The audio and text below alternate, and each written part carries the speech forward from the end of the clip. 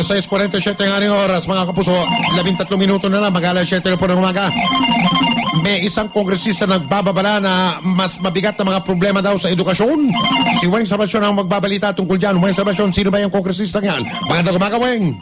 Magandang umaga din, Mike. Nagbababala itong si Muntinlupa Congressman Rodolfo Biaso sa nakaambang mas malaking problema sa sektor na edukasyon hanggang sa pagtatapos ng termino ni Pangulong Aquino. Ito po ay sa kabila ng pagmamalaki ni Pangulong Aquino na magtatapos na ang problema sa backlog sa mga pangunahing pangangailangan sa edukasyon. Sinabi ni Biaso na humigit kumulang 55 bilyon na idinagdag sa pondo ng Department of Education para sa susunod na taon ay itutustos lamang kasi sa paglutas ng ilang kakulangan sa education system sa 2013. Pero taon-taon anya madaragdagan ang backlog dahil dadami ng dadaming estudyante bulso na implementasyon ng K-12 program.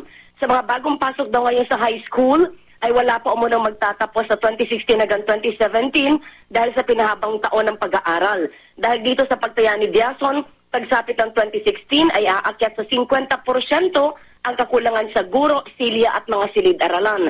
Ito ang kailangang paghandaan ng gobyerno at paglaanan ng dagdag na budget kada taon sapagkat itinuturing ang mga ito na big ticket items sa budget. Ang inyong kapuso, Rowena Salvacion ng GMA Super Radio DCW.